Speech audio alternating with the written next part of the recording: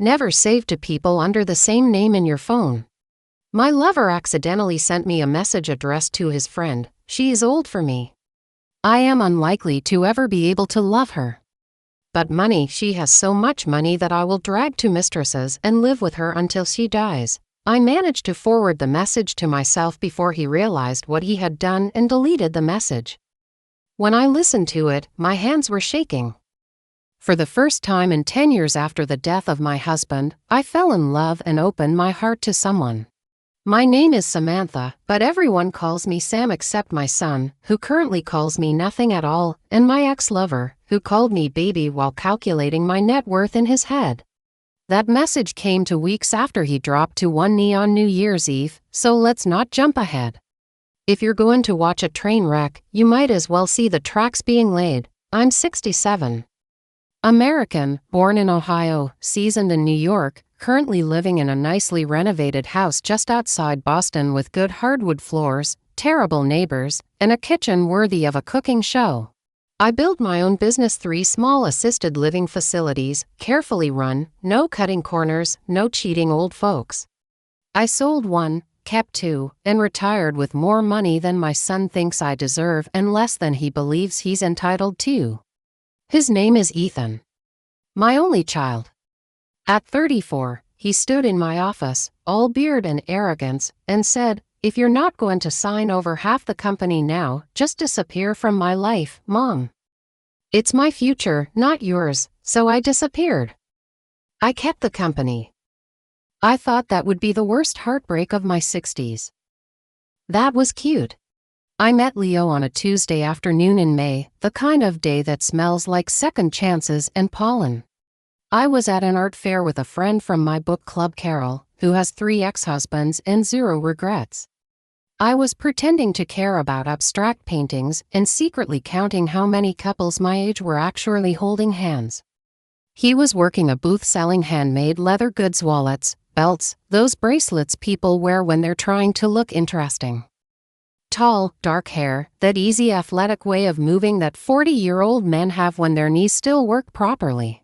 "Try this one," he said, picking up a belt and looping it around my waist like we were in a movie. "You've got a classic look. This gives it a little edge." I should have known right there. Men who speak in taglines are dangerous. But he smiled, and there was a dimple, and I'd been alone for 10 years. A woman forgives many sins for a dimple. We talked. He was between projects in software and helping a friend with a leather business. Recently moved to Boston. No kids. Broken engagement. Loved jazz. Loved older movies. Loved older women, he added with a grin, like it was a joke. I laughed, even though something in my chest tightened. At the end of the afternoon, he walked me to my car, hands in his back pockets like a boy, and said, "Can I take you to dinner sometime, Sam?" I should have said, "I have a son your age." Instead, I said, "You can try." Here's what no one tells you about falling in love at 67. It feels exactly the same as 27. Except your back hurts when you sit too long and your friends are more suspicious.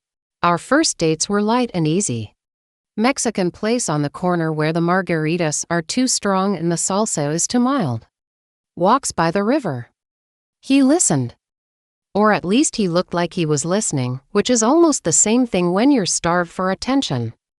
"You're incredible," he told me once, sipping beer, looking at me like I was the only person in the room. "You started a whole business. On your own. At your age that must have been." He stopped himself, smiled. "I mean, back then." I waved it off. "Go ahead, say it."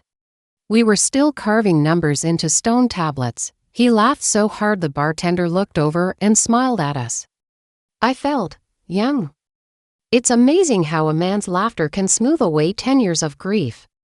He started staying over. First once a week, then a few times, then his toothbrush appeared in my bathroom without comment. Then a drawer. Then half the closet. His laptop lived on my kitchen table. His sneakers by the door. He always had a story about why he couldn't quite move in officially. Sublet. Lease. Friend in trouble. Business opportunities. I didn't push. I thought, for once, just enjoy something without managing it. We had good nights. We had those slow, quiet mornings where you drink coffee in your robe and share the paper. He joked that I was old school because I still had the print edition delivered. You're dating a vintage woman, I told him. I'm collectible. He kissed my forehead. You're priceless, and I believed him. God help me, I believed him. The shift started small. It always does. He stopped answering texts quickly. Sorry, babe, phone died.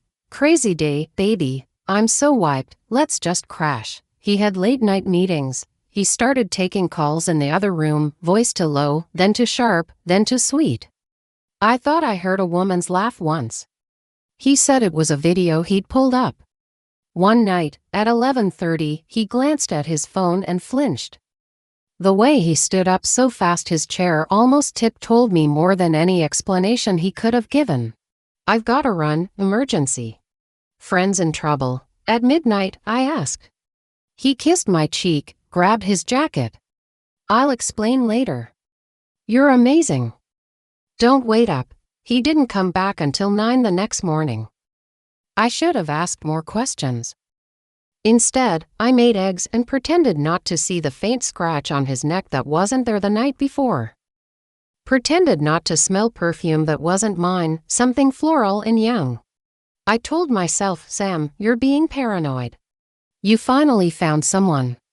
Don't ruin it. Women my age are trained from birth to doubt our own instincts. Then there was the earring. It was under the edge of the living room rug, a tiny silver hoop with a pink stone. Not my style. Not my size. I stood there holding it between my fingers like a piece of evidence in a trial no one was going to prosecute but me. Hey, Leo, I called, trying to keep my voice light. Is this yours? He sauntered in, towel slung around his neck from his post-run shower, looking like a fitness ad. He glanced at the earring. Oh, that? Must have been your cleaning lady's. I don't have a cleaning lady, I said. He didn't even blink. Then maybe your friend Carol lost it. She was here last week, right? He said it so smoothly I almost believed him. Almost. I pictured Carol, who wears big bold earrings that could double as weapons, not delicate pink hoops that look like something a 25-year-old would buy with her first paycheck. I put the earring in a little dish and told myself not to obsess. That night, he went to bed early with a headache and turned his back when I tried to cuddle. I lay awake staring at the ceiling, breathing in what definitely smelled like someone else's perfume in my sheets. The next morning he was sweet again, making jokes, kissing my neck, asking about my day. Confusion is a form of abuse, I've decided. It keeps you too dizzy to walk away. By December we were a bad sitcom. I cooked. He ate in front of the TV. I asked questions. He grunted answers. I wanted to go out, to see the city in lights, to hold hands, and pretend life was a Christmas movie. He wanted his gaming headset and whatever war he was waging through a screen. Can we have dinner at the table just once this week? I asked one night, holding a pot of stew I'd made from scratch like a fool. Why? He said without looking up. I'm watching something. Because I like your face, I snapped. And it's easier to look at it across a table than across the room like we're in separate planets. He sighed, paused his game, stood up. Took his plate from the counter like a teenager and kissed my cheek. You know I love you, right? You're overthinking. I'm just tired. He took the plate straight to the couch anyway. I watched him eat with his eyes on the screen and thought, Sam, is this really the best you can do? Then I reminded myself I was 67 and men do not grow on trees at this age. Especially not ones with dimples. So I stayed quiet. Love makes fools. Age doesn't vaccinate you against that. For Christmas, I did something even I knew was too much. He needed a car. His old one coughed like a dying man every time we took it on the highway. He talked about his big plans once he had reliable transportation. New job. New business. New opportunities. I heard that and thought, I can help. I want to help. So I bought him one. Not a Ferrari, I'm not insane. A solid used car, clean, reliable, paid in full. I tied a red bow on it like the commercials, more for my own amusement than his. He came outside, saw the car, and his face lit up like a boy's on Christmas morning. He hugged me, spun me around, kissed me breathless. Sam, Jesus, nobody's ever done something like this for me, he said, eyes shiny. You're unbelievable. I soaked it in like sunshine. 67, and I still wanted to be someone's miracle. Later, in the living room, he handed me a small box. Yours is not as impressive, he said, laughing. Inside was a Keychain plastic cheap. A little heart that said love you always. I turned it over in my hand, the way you'd hold a pebble you found in the street. It's sweet, I said, and meant it. Not because it was enough, but because I'd already decided he didn't have to be perfect. I could love for both of us. Women do that all the time. 2 days after Christmas, I found out he'd brought someone into my house while I was away on business. Carol accidentally mentioned seeing a photo on Instagram, some young brunette tagged at my address, giggling in my kitchen. I confronted him. He swore the girl was just a friend, that she was dropping something off, that Carol must have seen an old post, and people tag wrong locations all the time. Sam, you don't understand how social media works. I almost threw him out then. Instead, New Year's Eve found me in a silver dress, standing in my own living room under a cheap paper banner that said hello to, because the 5 had fallen off. I'd made appetizers. Poured champagne. Invited no one but him, because I thought being alone together was romantic. At midnight, while the TV counted down and cheap confetti fluttered across strangers in Times Square, he took my hands. I've been an idiot, he said. I almost agreed. I've been distant, stressed. It's just, you deserve better from me. You're the best thing that's ever happened to me, Sam. Then he went down on one knee, pulled out a small velvet box, and the room went fuzzy. Marry me, he said. Let's do this right. I want to take care of you. I want to spend the rest of my life making up for every time I've screwed up. The ring wasn't large. That almost made it seem more real, more humble. My eyes filled with tears. I thought about the earring, the perfume, the late nights, the disappearing acts. Then I thought about my son who'd told me to disappear, and the 10 cold years since my husband died. Yes, I whispered. Yes, Leo. He slid the ring onto my finger, kissed me like a promise, and I scolded myself for every suspicion I'd held like a knife under my pillow. See, Sam, you were wrong. You are loved. You are chosen. The next day, I called my friends and bragged. Oh, did I brag? Engaged at 65, I told them, shaving tears off like we all do. Who says love has an expiration date? We started talking about venues and small ceremonies and whether I wanted to keep my last name. I went to bed every night staring at that ring, telling myself I'd finally beaten loneliness. I had no idea that exactly 2 weeks later, my phone would light up with an audio message that wasn't meant for me, and I would finally hear what my future husband really thought of the woman he'd just asked to marry him. 2 weeks after the proposal, life looked normal enough from the outside. The ring was still on my finger. I'd moved it around 3 different fingers trying to decide where it felt right. Left hand because that's what you do, right hand because I liked seeing it when I reached for things, middle finger once because I woke up puffy and refused to take it off. Leo was busy, always busy. Meetings, calls, late nights that apparently involved more emergency situations than a fire station. But I had a fiancé, and that word sat in my mouth like a candy I wouldn't let dissolve. On that particular Thursday afternoon, I was in my office upstairs, going over year-end reports for one of my facilities. My phone buzzed on the desk beside me. I glanced down, saw Leo's name, and smiled automatically. There were 2 audio messages. The first was 6 seconds long. The second was nearly a minute. That was unusual. Leo preferred texting, voice notes were for when he was driving or showing off. I hit play on the first one without thinking. "Hey baby, I'll be a little late tonight," his voice came through, the familiar low rhythm of casual charm. "Got tied up with some stuff. Don't wait on dinner, okay? Love you." Nothing strange there, except the love you sounded a bit automatic. But I was engaged now. I was supposed to hear love you whether it was meant or not. I opened the second one. The voice was the same, but the tone was different, sharper. Excited in that snickering, plotting way men get when they think no one with a conscience is listening. "Bro, listen," he started, laughing. "I swear, never save to people under the same name in your phone. I almost sent this to her by mistake. My stomach went cold. She is old for me," he went on, each word landing like a tap of a hammer on glass. "I am unlikely to ever be able to love her.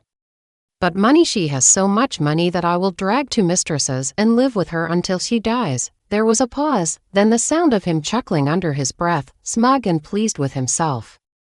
"I'll call you later. You won't believe what she did for me for Christmas, man." The message ended. My world did not shatter dramatically. It cracked very quietly, like ice under a slow, heavy weight. For a second, I thought I'd misheard. Or maybe I'd tapped an old recording, some stupid joke. I replayed it. The same words, the same laugh.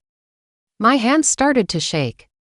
I sat there, staring at the phone, my own reflection faint on the black screen between plays. "This can't be real," I whispered. "No. No, he wouldn't." My thumb hovered over the screen. I saw 3 dots appear under the conversation he was typing. Then they vanished. The second audio message disappeared. Just like that, dot, poof. Gone from the thread. I'd been in this world long enough to know messages can be deleted. I'd also been a mother long enough to know to never underestimate the power of a quick reaction. What Leo didn't know was that I had a nasty little habit. Whenever anyone sent me something important, something that might matter later, I forwarded it to my own email. It was a result of years dealing with lawyers and medical records. Compulsive, maybe. Useful, definitely. The moment his second voice note arrived, before I ever pressed play, I'd swiped it and hit share, sending it to my backup email. It was muscle memory. So when it vanished from our chat, I still had it. I opened my inbox. There it was. Audio message from Leo. I stared at it like it was a bomb. When I listened to it, my hands were shaking. I would later tell my friends. That's true. But what I don't usually add is this. On the third replay, the shaking stopped. Shock is noisy. Rage is very, very quiet. I wish I could tell you I cried immediately, collapsing over my desk like a tragic heroine. I didn't. My first thought was painfully practical. Well, at least now you know. Then, you gave him a car. Then, in your bed. And your time. And your heart, you idiot. Somewhere in there, I actually laughed just a short, bitter little huff. The kind of sound you make when the universe has outdone itself. I replayed the line, "I will drag to mistresses and live with her until she dies," and for a moment, I saw myself the way he did. Not as Sam, with my businesses and my history and my scars and my jokes. No. I was a wallet with a heartbeat. A retirement plan with good cookware. My phone buzzed again. Leo, "Hey baby, send error." Ignore that last thing, it was just for my buddy, wrong chat lol. He deleted the message and followed up with that. I looked at the screen, at the insultingly flimsy lol, and something in me, something that had been bent nearly to breaking with my son, with my loneliness, with all the compromises of the last year, finally snapped into place instead of apart. I didn't reply. Instead, I forwarded the backup message to myself again, this time labeling it, "For when you start missing him." That done, I stood up. My legs were unsteady. Grief still has to work its way through the body, but they held. I walked downstairs. The house was quiet. The kind of quiet that, once you know the truth, hums differently. I could suddenly see every moment he disrespected me like fingerprints on glass. His shoes kicked off right in front of the door. The empty beer bottle on the coffee table. The gaming headset draped over the back of my good armchair. The keychain I'd hung on a hook by the door, the cheap plastic heart that said "Love you always." I took it off the hook, looked at it, and dropped it straight into the trash. Then I went to the bedroom. His drawers were easy to empty. He didn't own much worth keeping, a handful of shirts, jeans, socks that should have been thrown away a year ago. That cologne I'd bought him that made him smell expensive. The ugly scarf he claimed was sentimental, half-used shaving cream. 2 watches, one real, one trying very hard. I pulled my old navy suitcase from the closet. The one I used in my early conference days when I was giving talks about elder care and pretending I wasn't scared to death of growing old alone. I packed his life with me into that suitcase, every folded shirt an obituary for a lie. As I moved through the room, memories tried to wedge themselves into the process. Him, laughing, falling back on the bed. Him, asleep, hair a mess, mouth open. Him, promising. I told every memory the same thing: you're not relevant to the facts. The facts were in my email with a timestamp. Downstairs, I put the suitcase by the front door. Then I went to the little bowl where we kept our keys. I took the car key, the one I'd given him on Christmas, and twisted it off the ring. Then I plucked my house key off his set. His keys, now without access to anything that was mine, I laid delicately on top of the suitcase. It was almost ceremonial. Here's another thing no one tells you about starting over in your 60s, you already know how. I'd cut my own parents off once when they tried to control my life. I'd walked out on jobs that treated me like furniture. I'd buried a husband I loved so much I still dream of his hands. My heart had scar tissue. It wasn't fragile. It was tough. But toughness doesn't mean it doesn't hurt. By the time I finished, the adrenaline began to ebb, and they hit like a slow wave. I sat on the stairs, halfway between the life I'd been living and the one I was about to have to figure out, and finally I cried. Not the pretty movie tears. Full-bodied, ugly sobs.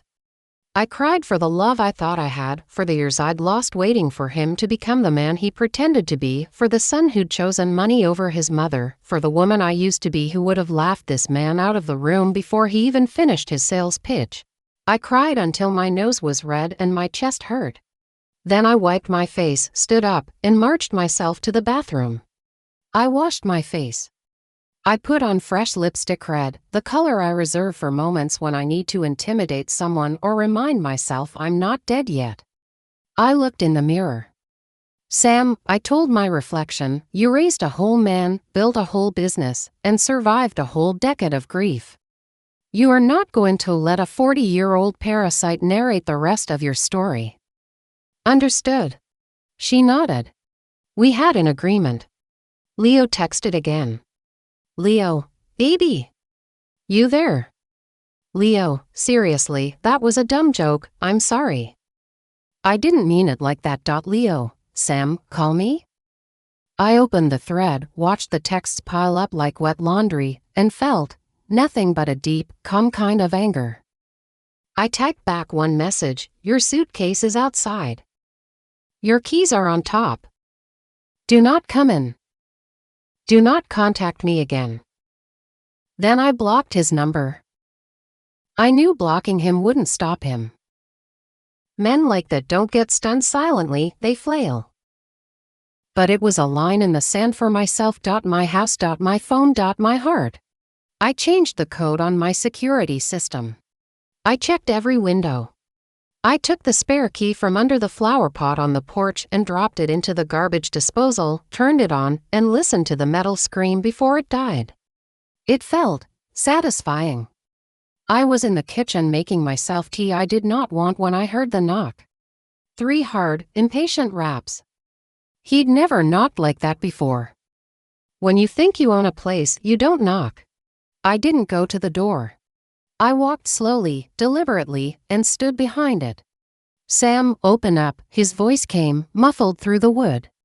"Come on, this is ridiculous." I didn't answer. The knocking came again, louder. "Sam, stop this. Someone's going to steal my stuff out here." I opened the door then, but only the chain length. He looked smaller on the other side. Or maybe that was the first time I was seeing his actual size without the magnifying glass of my affection. His eyes were wild, his hair messy like he'd run his hands through it 100 times on the drive over. He glanced down at the suitcase, then up at me. "What is this?" he demanded.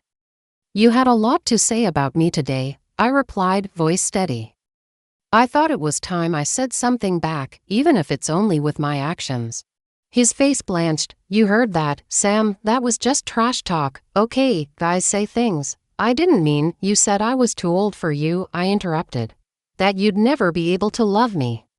I met his eyes. "You were right about one thing. I am too old for you. Too old to tolerate this." His mouth opened, shut. I was just trying to sound cool. "All right. You know how guys are." I was upset. I was venting. "You're taking it out of context." "Oh," I tilted my head. "What context makes to mistresses until she dies sound romantic?" "Exactly," he flinched. There it was, the first honest reaction I'd seen from him in months. "I love you," he blurted. "I proposed to you, didn't I?" "That should mean something. It means you wanted to secure the investment," I said. "Proposals are great for that. They make women ignore a lot of red flags." "Sam, come on." His voice softened. The charm came out like a reflex. "Baby, don't throw us away over one stupid thing." I thought of all the one stupid things: the earring, the perfume, the late nights, the dinners eaten with his eyes glued to the TV, the way he'd never once asked how I slept after a night I'd clearly been up crying. "This isn't one stupid thing," I said. "It's the one honest thing you've said in weeks." His jaw tightened. The mask slipped. "You're overreacting," he snapped. "You're going to die alone if you keep doing this. You know that. Men don't line up for women your age, Sam." "I'm trying here. I've put up with a lot too." I smiled then. It wasn't a nice smile. "Well," I said, "lucky for me. I've already done alone, and I do it very well." I closed the door. He cursed, low and ugly, on the other side. I heard the suitcase wheels squeak as he yanked it away. A moment later, his car door slammed. The engine roared, then faded. I leaned my forehead against the door and breathed.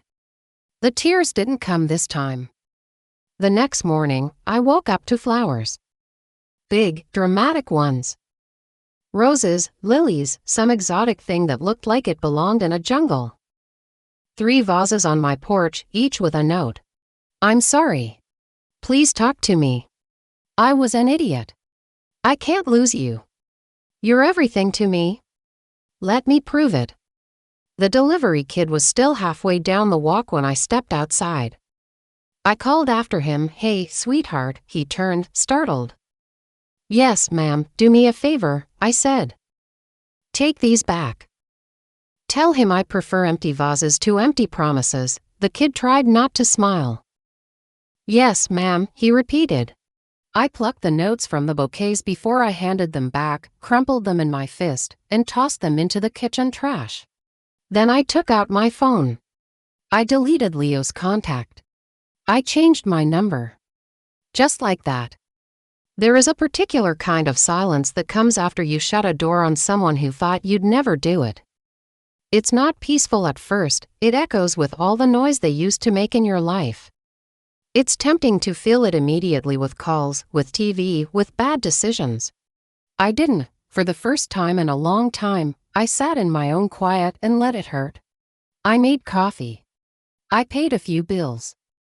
I went through my calendar and deleted the holds I'd penciled in for wedding planning. I took off the ring, looked at it for a long minute, then set it in a little glass dish above the sink. Later, I told it. "I'll figure out what to do with you later." I walked through my house, touching the backs of chairs, the edges of picture frames, the smooth wood of the banister. claiming it all back. My space. My life. I went into my office, opened my email, and played the recording one more time. My hands didn't shake this time. I listened like a detective, not a lover. At the end, I hit save and moved it into a folder named Evidence and Education. Because here's the thing about being disappointed at 67, you can either decide it's proof you were foolish to hope, or you can decide it's data. Information.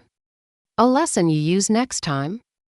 And I had already decided somewhere between stuffing his socks into that suitcase and dropping his key into the garbage disposal that there would be a next time. I wasn't done. I wasn't finished with love, or with life, or with the delicious thrill of someone new smiling at me across a table. I was just on a break. I thought then that Leo's chapter in my life was finally closed.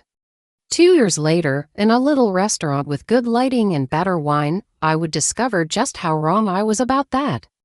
2 years is a funny amount of time.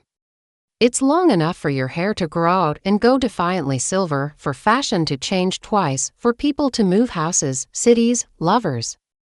Long enough for everyone else to forget your heartbreak.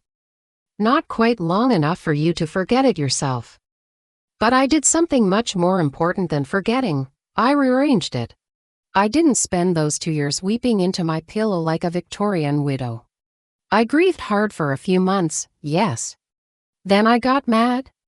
Then I got practical. I went to therapy. Real therapy, not just complaining to Carol over wine. I joined a watercolor class and painted terrible landscapes that looked like emotional weather reports. I started walking every morning, the kind of brisk old lady power walk that terrifies squirrels. I traveled alone Savannah, Santa Fe, a river cruise where I was hit on by a French widower who said I had magnificent posture. I almost married him just for the compliment.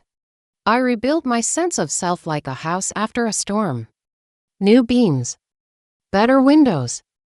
A roof that didn't leak every time a man said, "Baby, trust me," and somewhere in the middle of all that, I realized something profound. I no longer loved Leo. I wasn't even sure I recognized him anymore in my mind. It was like remembering a movie you watched once on an airplane, vaguely entertaining at the time, but the details blurred and not worth revisiting. My son and I were still estranged. He hadn't called, and I hadn't chased. That wound sat in a separate, locked room in my heart. I'd slide a plate of forgiveness under the door every so often, but I wasn't ready to open it. Still, I was okay. More than okay some days. I could drink my coffee without bitterness, sit in my own house without feeling haunted, walk by a jewelry store without wanting to throw a ring through the window. So when Carol announced, "Enough celibate saint act, Sam, I'm setting you up," I didn't automatically say no. "He's nice," she insisted. Widower, 69, decent shoes. Name's Paul. He runs his own accounting firm and knows what to do with a napkin in a restaurant. Big promises, I said dryly. Does he also chew with his mouth closed? I can't handle too much perfection, you know. She ignored me, as all good friends do when they've made up their mind. A week later, I found myself standing in front of a restaurant I'd never been to before. La Rue, the sign said. Newish place, dark green awning, warm light spilling onto the sidewalk. Fancy, but not obnoxious.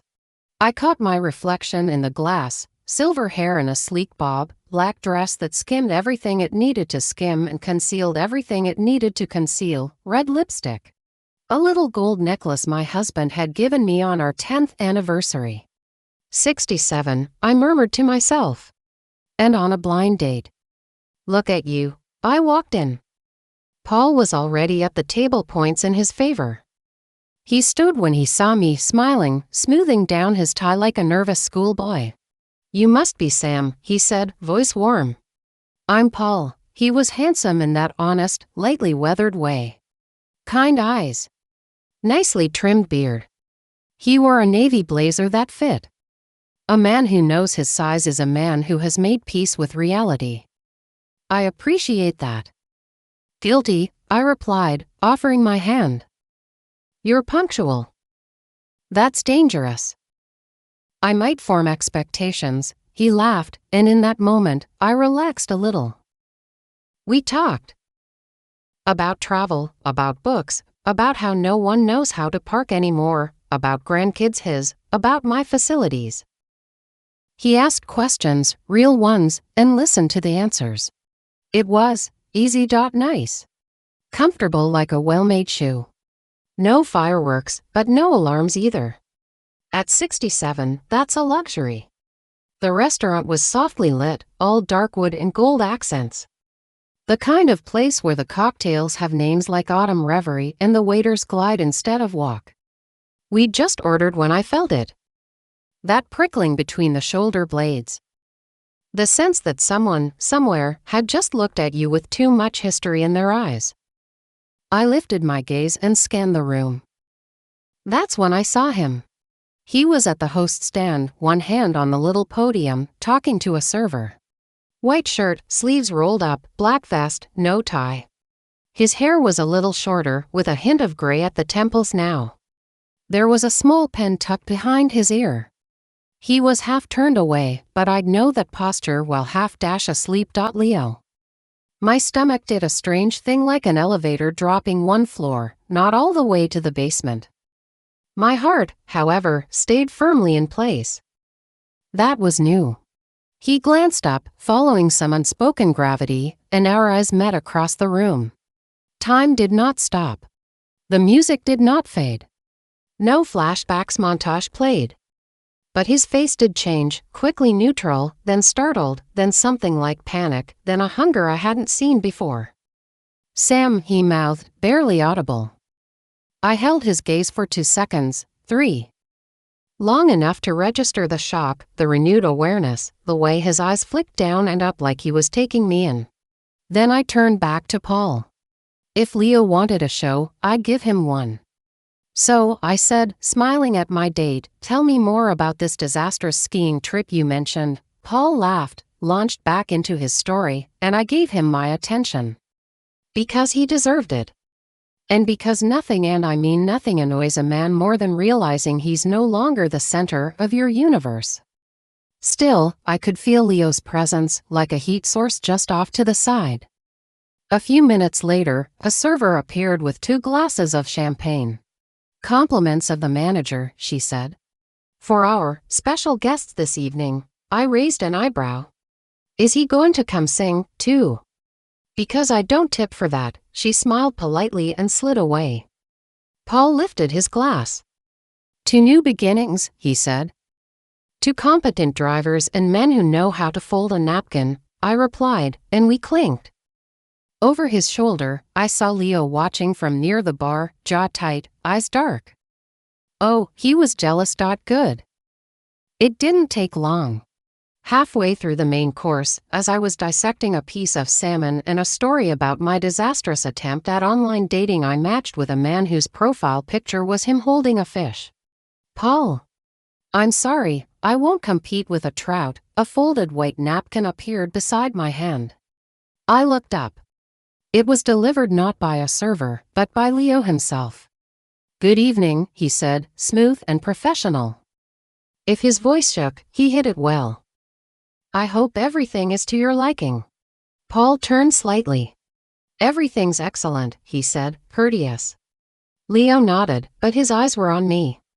There was a storm in them, banked and controlled. Ms. Hartman, he said. Ms. Hartman, not baby, not Sammy, it's good to see you. I tilted my head, assessed him like I would a new vendor. You as well. Mr. Manager. A flicker of something passed over his face. He set the napkin down, his fingers brushing the tablecloth near mine for just a second too long. Please don't hesitate to let us know if we can do anything to make your evening better, he said. On the napkin, I saw his handwriting, bold and familiar, just visible through the top fold. Then he stepped back and disappeared toward the kitchen. Paul glanced at me. You know him. I took a sip of wine. Once upon a very foolish time, I replied lightly. He used to be an unfortunate choice. Apparently he's been promoted to restaurant manager. Paul chuckled. One of those. Got it. I unfolded the napkin under the table. In thick black ink, messy like he'd written fast, were 4 words, "We need to talk." Below that, smaller, "Please. I'm not the same." I stared at it for a moment, then refolded it, slipped it into my purse, and smiled at Paul. "So," I said, "do your grandkids actually listen when you tell them no, or do they treat you like an ATM?" I ignored Leo for the rest of the meal.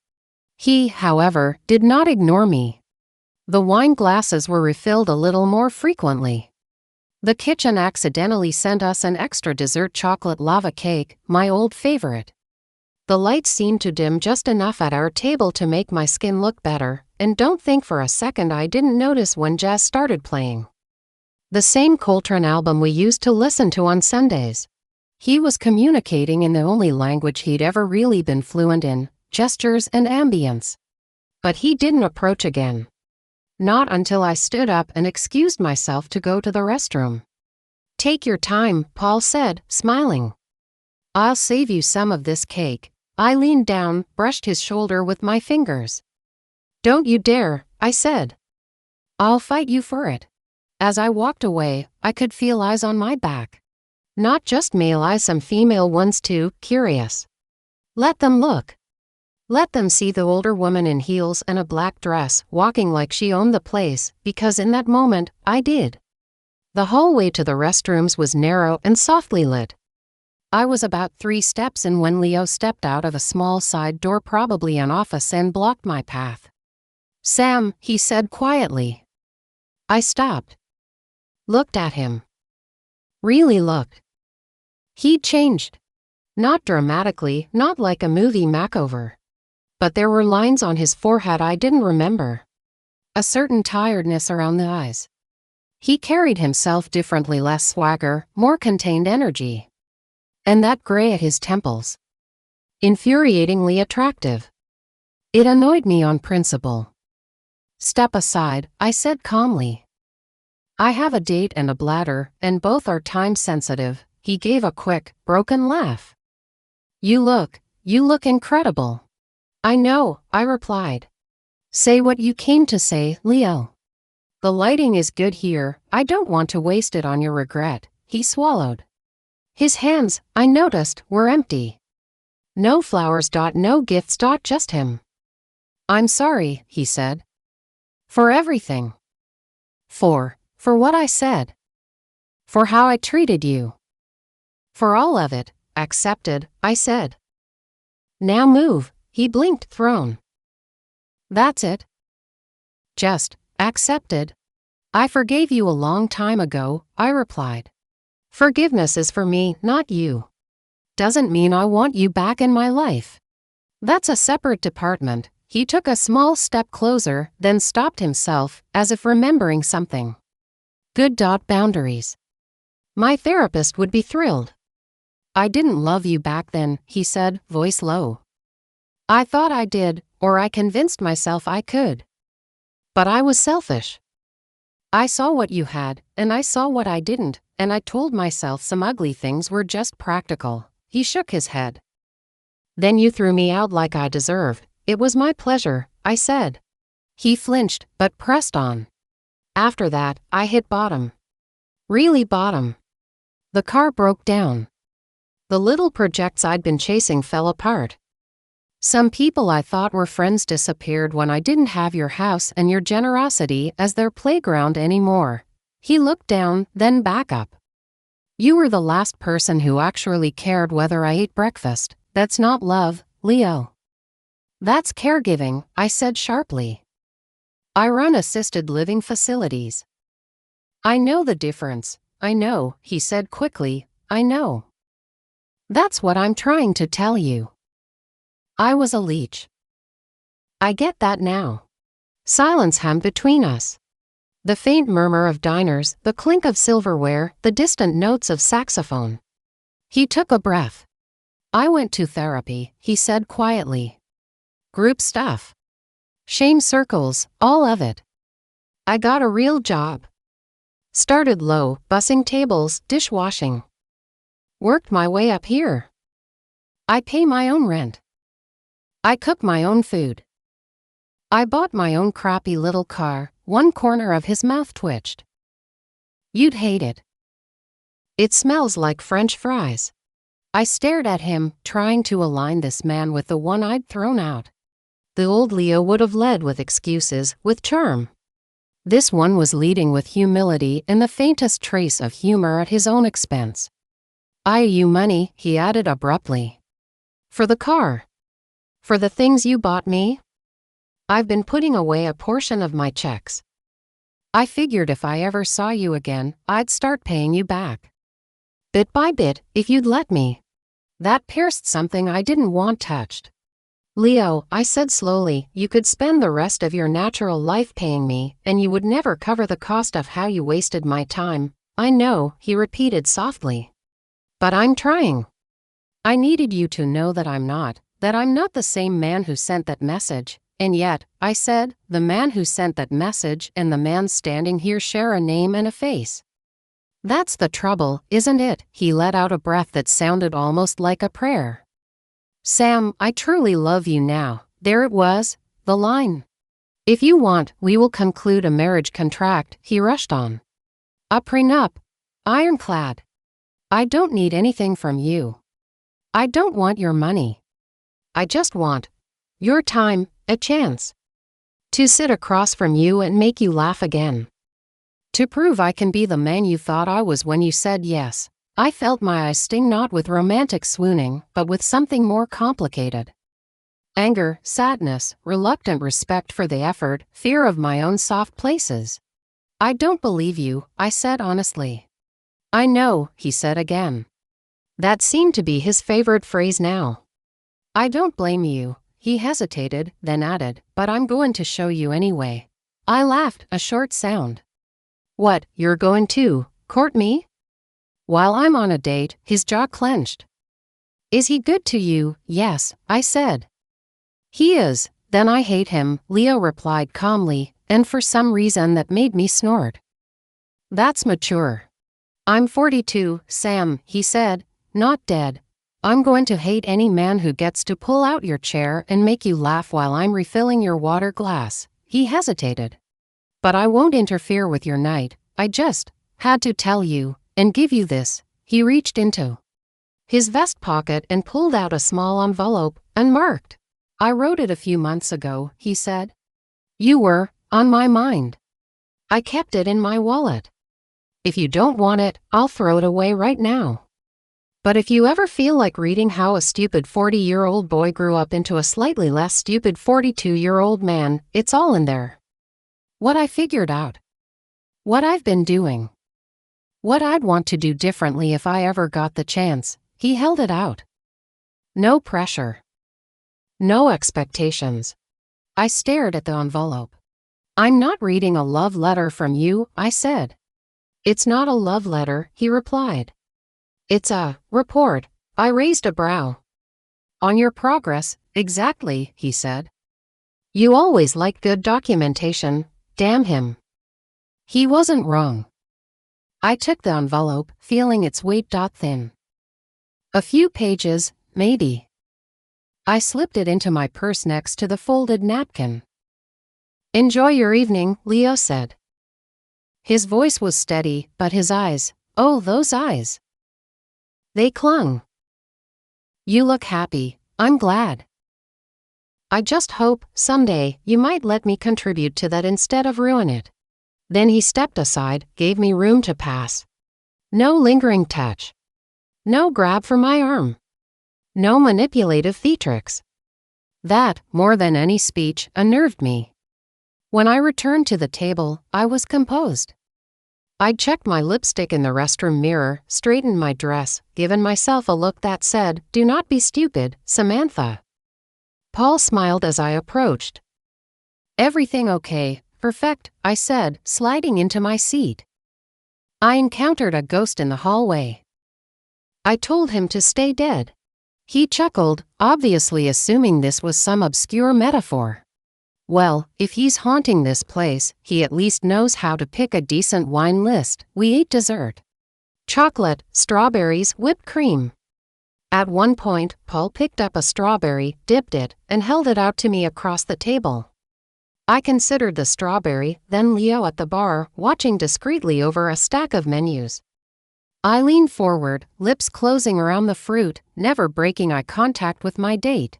"Careful," I murmured after swallowing. "You feed me like that, you're setting dangerous precedents." Paul grinned, his hand resting lightly on mine. "I'm a man of routines," he said. I let his fingers stroke the back of my hand. Warm, gentle, present. I saw Leo's throat work as he looked away, focusing very intently on the reservations book. Good. Let him see what it looks like when someone actually values me. Let him drown in it. Outside, the night air was cool, a little sharp. Paul walked me to my car, hand hovering near the small of my back in that politely protective way. "I had a lovely time," he said. "So did I replied, and it was true. "You're not nearly as boring as an accountant is supposed to be," he laughed. "Give me time. I'll disappoint you eventually. Promises, promises." We stood there for a moment, that soft hinge between maybe just friends and maybe something more. He leaned in, slow enough for me to decide. I tilted my head, let him kiss me. Soft. Respectful. Gentle warmth, no fireworks, but no alarms either. When we parted, I smiled. "Call me," I said. "I will," he answered. "Good night, Sam." He drove off. I watched his taillights disappear. Then I got into my car and sat there, hands on the steering wheel, heart beating a little too fast for a woman who claimed to be unbothered. In my purse, the envelope seemed to hum. I pulled it out, weighed it in my hand. The sensible thing would have been to toss it into the glove compartment and forget it. The even more sensible thing, perhaps, would have been to shred it at home without opening it at all. But I have never been excessively sensible. It's one of my charms and one of my downfalls. I slid it open with my fingernail and unfolded the pages. The first line punched me right in whatever organ sits next to the heart and handles recognition. "Sam, if you're reading this, it means I finally grew enough courage to let you see who I am when I'm not trying to impress anyone." I sighed. "Damn you, Leo," I muttered. "You always did know how to start a speech." I didn't read the rest, not yet. I folded it back up, put it in the purse, and started the car. As I drove home, the city lights streaked past like all the years of my life, messy, bright, gone too fast. I thought of Paul's kind eyes. Of Leo's haunted ones. Of the way my hand had looked resting in Paul's, and the way Leo's hands had trembled just slightly when he'd offered me that envelope. I had no intention of letting Leo waltz back into my life just because he'd discovered a conscience and a prenup. But I would be lying if I said I wasn't curious. Curious what a 42-year-old man might do when a 67-year-old woman finally refused to be his stepping stone and instead became the mountain he'd have to climb. And I had a feeling, deep in my bones, that Leo was about to start climbing. I didn't read Leo's report that night. I put the envelope on my kitchen counter like it was radioactive, made myself chamomile tea, and tried to watch a crime show. I say tried because every time the detective pulled out a file labeled evidence, my eyes wandered to that stupid envelope. At midnight, I gave up pretending to be above it. I turned off the TV, sat at the table, put on my reading glasses, the same pair I use when I'm about to renegotiate a contract, and opened his letter like it was a legal document. It wasn't handwritten. Leo knows his penmanship looks like a drunk spider. It was typed, double-spaced, with bullet points in some places. I almost laughed. A man who once forgot to pay the electric bill for 3 months had sent me a structured progress report. The first line I'd already seen: "Sam, if you're reading this, it means I finally grew enough courage to let you see who I am when I'm not trying to impress anyone." Fine. Good opener. Noted. He went on. He wrote about that day I'd thrown him out, how he'd spent the first week convinced I'd cool off and call him back. How, when I didn't, he tried to line up another opportunity, his word, but every woman he approached either saw through him or bored him, and somehow it was always my voice in the back of his head saying, "This is beneath you." He wrote about realizing his friendships were entirely transactional. About discovering that the only people who checked on him when his world actually crumbled were his sister and an old neighbor, and how he had never once checked on anyone in crisis unless there was something in it for him. He listed the therapy groups, like entries on a resume. Financial recovery for adults, where I learned that other people are not walking a team is. Men's accountability circle, where I had to say out loud, in front of other men, I used an older woman because I wanted what she had and didn't want to earn it. Codependency and shame workshop, where I listened to women talk about men like me and wanted to crawl out of my own skin. He wrote about taking the bus, about washing dishes in the back of a diner, going home smelling like onions, and thinking about how many times he'd rolled his eyes when I asked him to take out the trash. He wrote about the first time he walked past my street again and didn't turn his head because he didn't deserve to look at the house he'd treated like a hotel.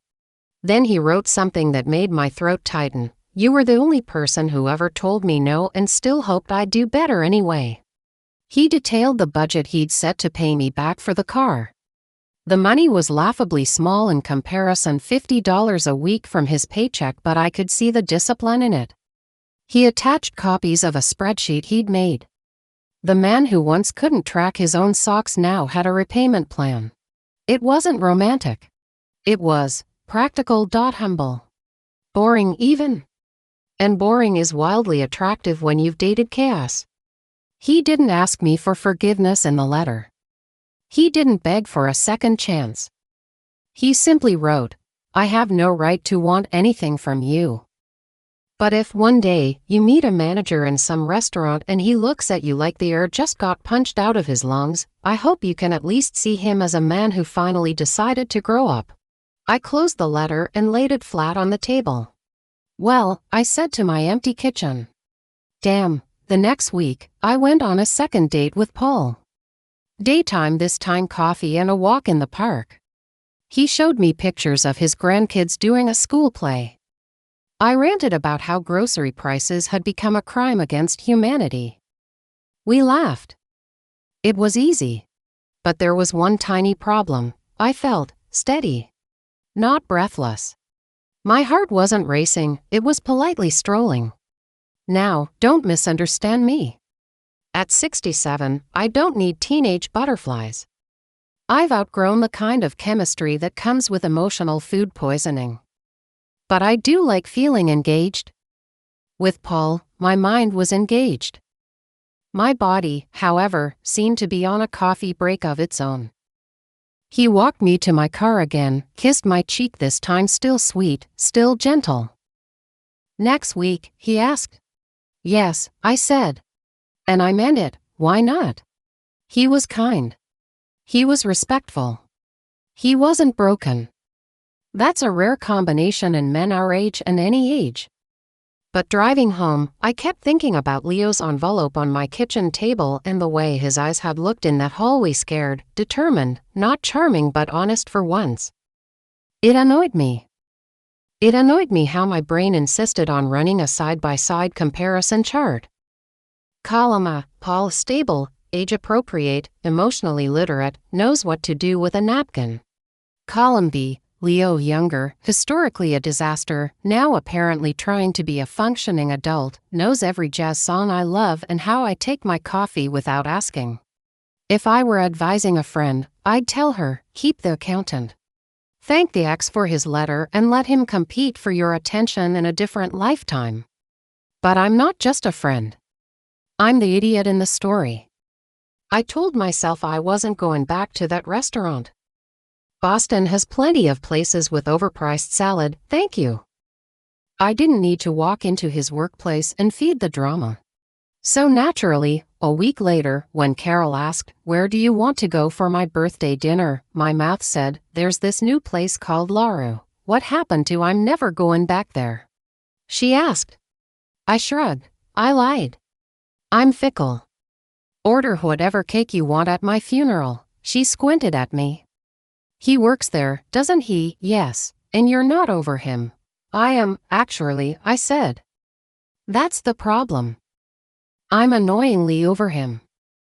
Which means now I get to decide what to do with him like a stray dog that learned tricks. Carol grinned slowly.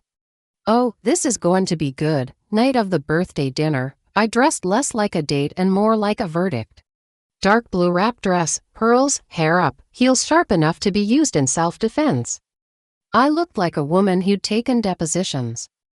We walked into La Rue, and there he was again, at the host stand. This time, Leo didn't flinch. He straightened, smiled professionally. Good evening. Welcome to La Rue. His eyes slid to Carol. He turned on an appropriate level of charm. Table for two, yes, I said. And before you ask, she's married, and I'm not available for trauma. Carol choked on a laugh. He led us to a table by the window. Happy birthday, he said to her, as if he'd memorized the reservation notes. Dessert is on the house this evening. Over the course of the meal, he was impeccable. Not a pushy gesture in sight. He checked on us when he checked on every table. He didn't slip me notes or stares. He was professional. I think I hated that more than the flowers. Proof of change is infuriating. During dessert, a ridiculous chocolate torte that I'm convinced was illegal in 3 states, Carol leaned in and whispered, "He looks at you when you're not looking." I know, I murmured, poking my fork into the cake. It's like being followed by a puppy that used to be a wolf. You going to talk to him, maybe. You going to let him in again? Definitely not, I said. Then I sighed. Probably not. Possibly not. Don't look at me like that, I'm allowed to be complicated. Leo came by with the bill, set it down, and stepped back. Carol pounced before I could. So, she said, eyes bright, are you the infamous ex-fiancé who thought my best friend was a walking ATM? Carol, I hissed. Leo didn't flinch. I am, he said simply. And now I'm just the guy who makes sure your wine glass is always full and the kitchen doesn't mess up your order. That's not a bad demotion, she mused. You know she deserves better than you, right? He nodded once. I do. I'm trying to become a man who deserves, at least a conversation. Carol glanced at me, smirked. Well, you've evolved from cockroach to housecat. Good for you. When he walked away, she kicked me under the table. You're going to talk to him, she announced. And I'm not leaving until you do. I want entertainment. I rolled my eyes. You're a menace, and you're still curious, she shot back. 5 minutes. Public place. Bright lights. We'll treat it like a parole hearing. She wasn't entirely wrong. We stayed until close to closing time, on purpose. Carol chatted up a waiter. I watched the staff bussing tables, resetting silverware, counting cash. Leo moved through them like a conductor, not a star, calm. Organized. Responsible. It's amazing how attractive a man becomes when he actually demonstrates functional adulthood. When the dining room emptied, he walked over, wiping his hands on a towel. Ladies, he said. Thank you for coming. Sit, Carol ordered, pointing at the empty chair across from me. You have 5 minutes to present your case. I'll be timing you. He hesitated, looking at me. I shrugged one shoulder. You heard the woman. She's scarier than I am, he sat. Up close, I could see the exhaustion around his eyes, the calluses on his fingers, the faint scar on his wrist I'd never noticed during our first go-round. Talk, I said. You wanted to, remember, he didn't launch into a speech. That surprised me. Instead, he held my gaze for a long moment, then said, I'm in love with you, Sam. I sighed dramatically. Leo, you were in love with my bank account. I was, he agreed, no hesitation. I saw your life and thought, why build when I can move in? He folded his hands so I couldn't see if they shook. I can't undo that. But I can tell you that for the last 2 years, every time I've pictured my future, it wasn't your house I missed. It was you at the kitchen table complaining about the price of olive oil. That's very specific, I muttered. You have specific grievances, he shot back softly. I remember them all. Carol made a little impressed noise. 3 minutes, she said, checking her watch. He went on.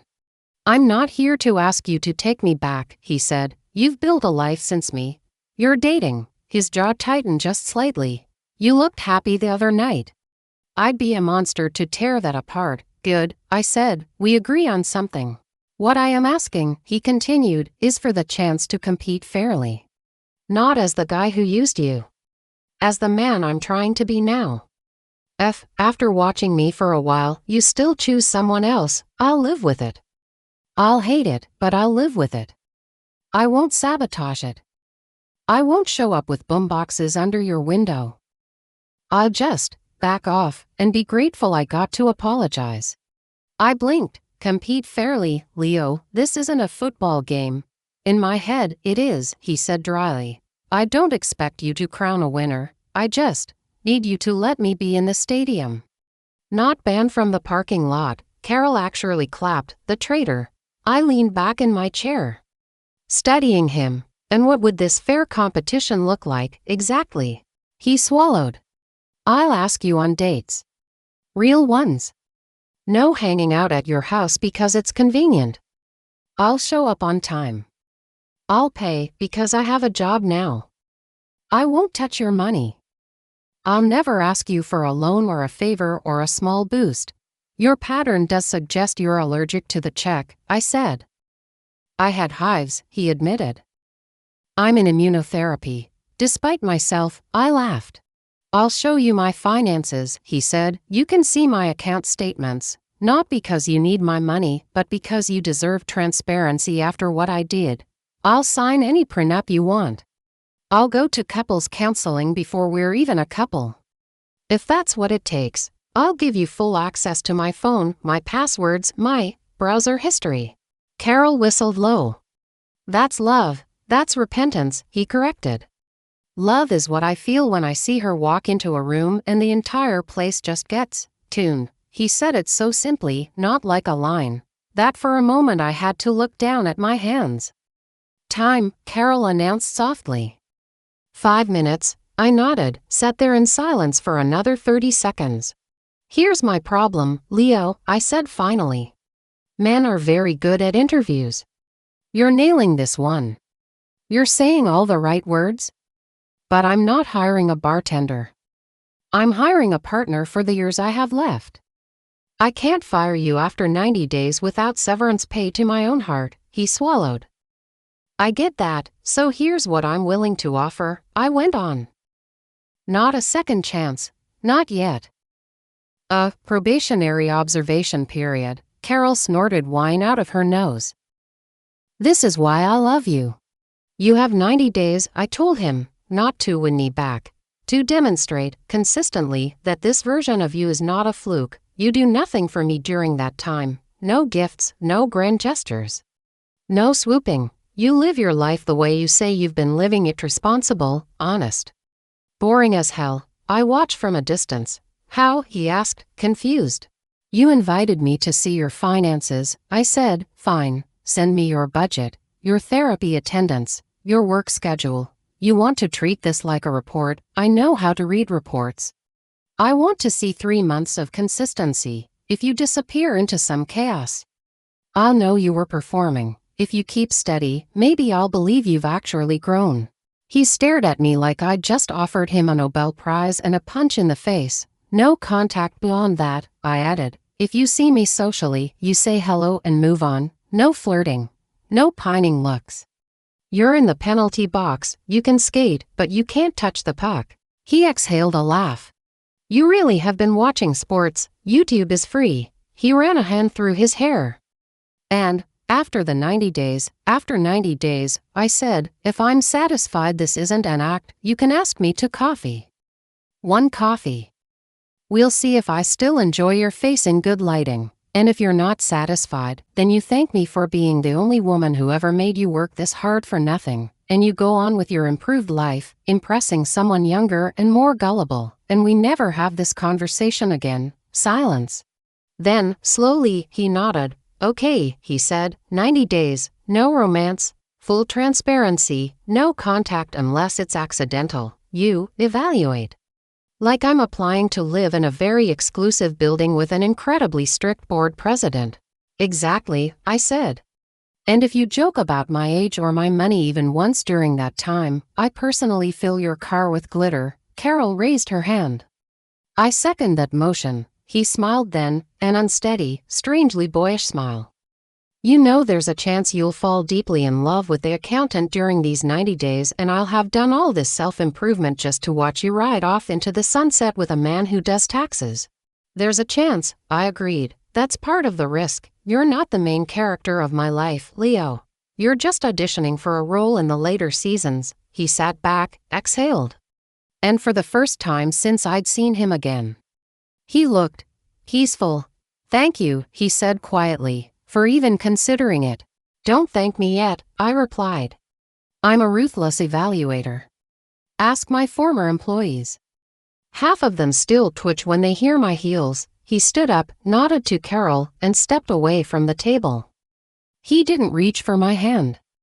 He didn't try to kiss my cheek. He simply went back to closing duties, calling instructions to the staff, stacking chairs, counting receipts. I watched him move, this time not as a lover or an ex, but as a woman watching a man who'd just accepted the hardest job interview of his life. Well, Carol said, sipping the last of her wine. You just invented the emotional internship. I'm adapting it from corporate, I said. Men understand probationary periods better than they understand consequences, she grinned. Do you think he can do it? I looked at Leo, wiping down a table with methodical care. I don't know, I said honestly. But I do know this. For the first time, he's going to have to earn even the possibility of me. And watching him try might be the best entertainment I've had in years. What I didn't know, what I couldn't know yet, was how those 90 days would change him. And how, despite all my safeguards and conditions, they'd start changing me, too. 90 days sounds like a long time until you put it on a calendar. Then it becomes a line of little boxes filled with ordinary things: bills, dental appointments, book club, oil changes. That's how men become better people, by the way, not by speeches in hallways, but by what they do on Tuesday at 4 p.m. when nobody is watching. Only this time, somebody was watching. The first email came the next morning at 8:02 a.m. Subject: Month 1, Budget and Schedule Week 1. A lesser woman would have rolled her eyes. I made coffee and opened the attachment.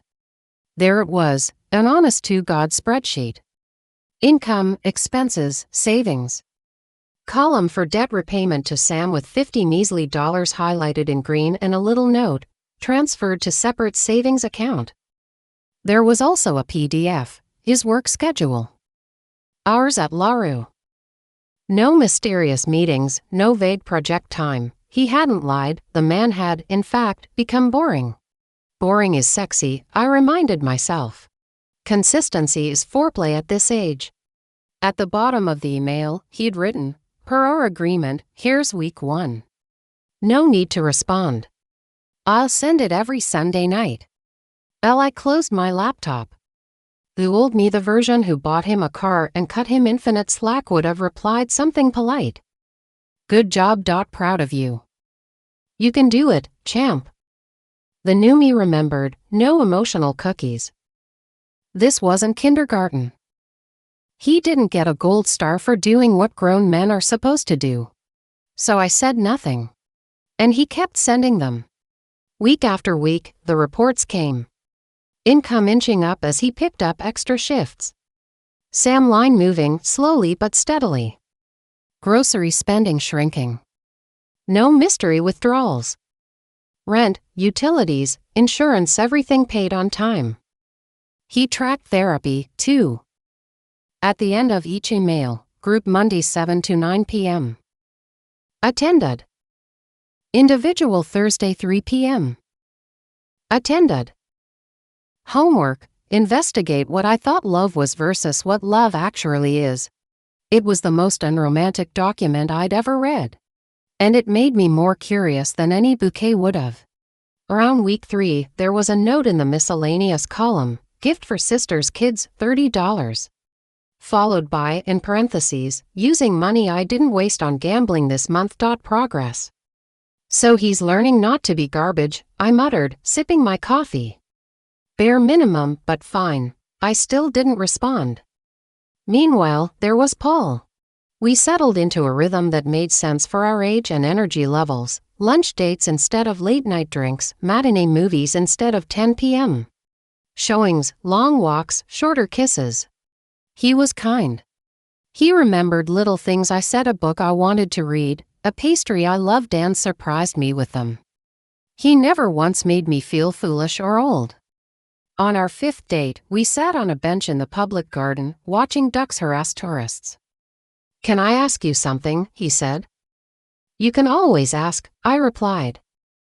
I reserve the right to lie. He smiled. "That man at the restaurant?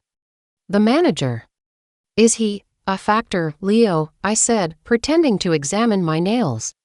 "He's a project." Paul chuckled. "You make men sound like spreadsheets. At my age, romance and risk assessments come as a package deal," I said. "But no, we're not anything. He's in a 90-day probationary period. Think of him as an intern in the department of my respect." Paul considered that, nodding slowly. "Do you still love him?" I answered honestly. "Not the version I knew. I'm not sure about the one I'm watching yet." He didn't flinch, didn't sulk. "I appreciate you telling me the truth," he said. "If at any point he becomes more than a project, I hope you'll tell me that too." "I will," I said. "You deserve clarity. You do too," he added gently. We sat there in comfortable quiet. He reached for my hand. I let him hold it. It felt nice. It just didn't feel like home. Around week 6, Leo's emails changed. The spreadsheet stayed, the schedule stayed, but he started adding small notes at the bottom. Not manipulative, not pleading. Just observations. This week's group topic was making amends without demanding forgiveness. I realized I spent most of my life apologizing like a salesman closing hard, expecting a yes. That's not an apology, that's another negotiation. Another week. My therapist says I treated you like a parent and an ATM, not a partner. I keep wanting to argue, but the more I list specific examples, the quieter I get. Another, we had an older couple at table for tonight. Probably late 70s. He cut her steak for her when he thought nobody was looking. She rolled her eyes but let him. That's what I think love looks like now, not grand gestures. Just daily small ones. I told myself I only read those lines for evaluative purposes. If anyone believes that, I have a timeshare in Florida to sell you. Nights were the hardest. There's something about 11 p.m. that makes every woman question her decisions. Maybe it's the silence. Maybe it's the way the light hits the empty side of the bed. Sometimes I'd lie there and replay that voice message from 2 years ago. Yes, I kept it. No, I'm not ashamed, just to remind myself where my line was now. She is old for me. I will drag 2 mistresses and live with her until she dies. Then, because my brain is a deeply annoying organ, it would immediately overlay newer memories on the old audio. Leo at the host stand, steady, Leo with a towel over his shoulder, guiding his staff. Leo standing in that hallway, not trying to touch me, just asking permission to try again. My heart didn't melt. It did, something else. Like scar tissue stretching. One night, 3 weeks before the 90 days were up, Carol called. "How's parole, boy?" she asked. "On track," I said. "No violations. Gold star for not being a disaster, and the CPA prints, steady. Predictable." "Nice," she heard it. "You sound bored." "I sound unsure," I corrected. Paul is exactly what I told myself I wanted after Leo. But every time he talks about retirement plans, something in me yawns. "Maybe you don't want to marry a retirement plan," she said. "Maybe you want to marry a man who's already been through a fire and decided not to burn you next time." "Maybe I want a dog," I said. "They're loyal, shorter commitment." "Sam," she said, voice softening, "you're allowed to want passion and security. Not teenage chaos, but real grown-up spark. You don't have to settle for lukewarm just because you're over 60. Her words hung in the air long after we hung up. I thought of Paul's hand on mine, warm, safe. I thought of the way Leo had looked when I'd leaned forward to take that strawberry from Paul's fingers, like someone watching a painting they love being carried out of a burning building. And I thought, he's in love with me now. Not my money. Me? Because I finally made myself the prize instead of the prize being my savings account. That was new. 2 weeks before the 90 days ended, Leo slipped. Not big. Just a tiny stumble in the marathon. His weekly email arrived late. Monday morning instead of Sunday night. No explanation. The spreadsheet police in me bristled. The woman in me thought, he's a restaurant manager, Sam. Sunday nights are probably chaos. Still, rules are rules. I sent my first reply in 2 months. You missed your deadline. 1 demerit. 3 demerits and I replace you with a Roomba?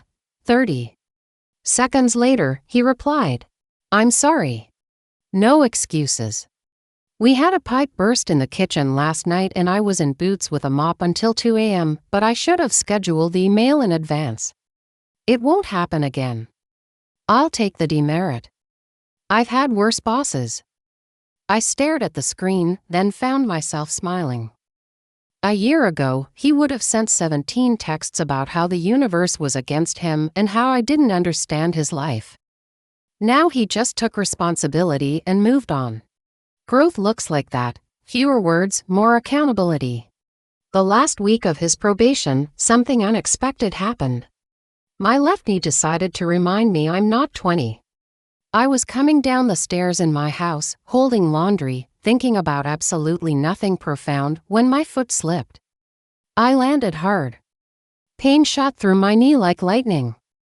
I didn't break anything, thank God, but I sprained it badly enough to need a brace and a lecture from an doctor who looked approximately 12. You live alone? He asked. Yes, I gritted out. You have someone who can stay with you a few days. Help with stairs, meals, that sort of thing. I thought of calling my son, then immediately discarded the idea like out-of-date yogurt. We hadn't spoken in years. This was not how I wanted to reintroduce myself. Hi, honey, remember me? I didn't sign over half my business, and now I've fallen down the stairs like a cliché. I have friends, I said. They'll check on me, which they did. Carol brought soup. Another friend from book club dropped off groceries. They fussed and hovered and reminded me I am, in fact, loved. But nights were rough. Painkillers, throbbing, that special humiliation of needing both hands and one expletive to get off the couch. 3 days into the hobbling, I got an email from Leo. I heard from one of the servers that you came into there last week. HIPA is alive and well, don't worry, I didn't ask for details, but she saw you in the waiting room. Are you okay? I know the rules, no contact beyond reports. Consider this a rules violation you're allowed to punish me for later. I just needed to say, if you need anything carried, fixed, or reached on a high shelf, text my sister. She's willing to be a mule.